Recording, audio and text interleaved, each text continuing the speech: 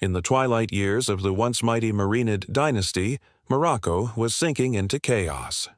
The once glorious rulers had lost control of the realm.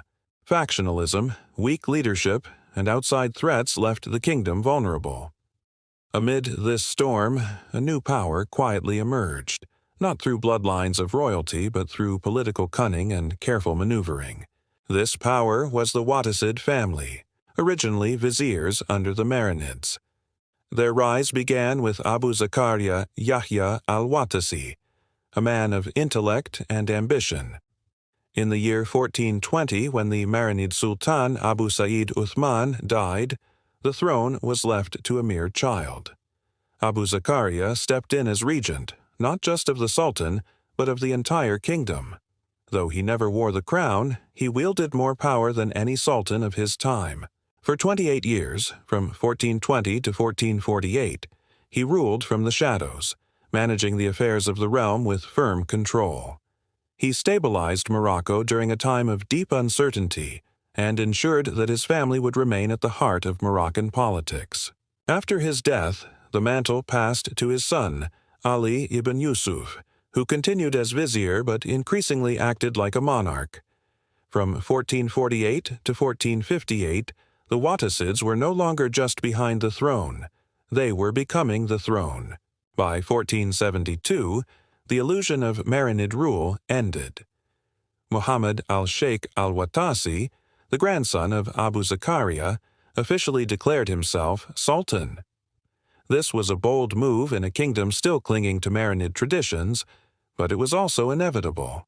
The Marinid line had lost its strength while the Wattasids had spent decades preparing for this moment.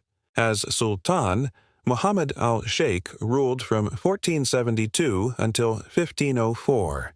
His reign marked the beginning of a new chapter in Moroccan history. Yet it was far from peaceful. The kingdom was fragmented. The Portuguese were establishing coastal strongholds. The interior was plagued by tribal unrest.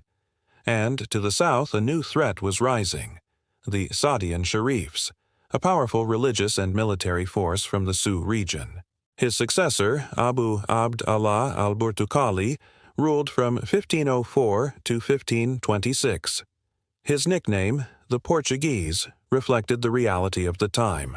Foreign influence and conflict were shaping Morocco's destiny.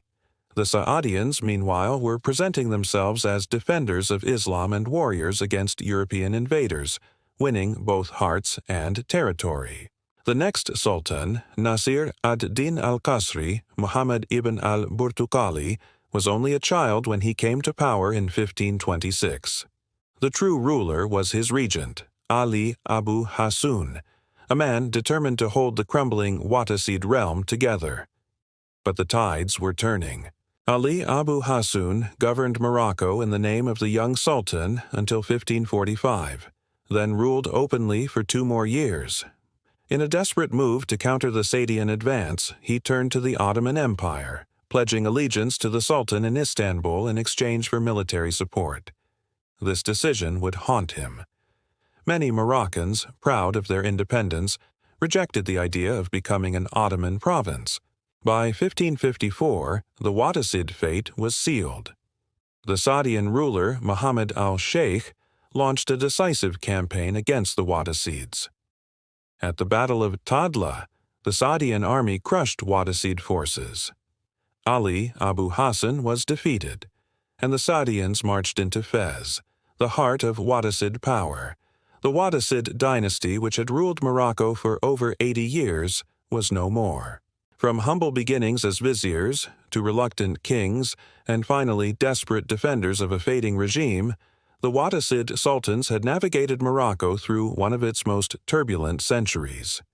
They were diplomats, survivors, and reformers, but ultimately they were overtaken by a rising tide of religious fervor, military ambition, and popular resistance. The Wattasids remain a lesser-known chapter in Moroccan history, but their legacy lives on, in the architecture of Fez, in the political traditions they shaped, and in the shadows they left behind for the Saadians to claim.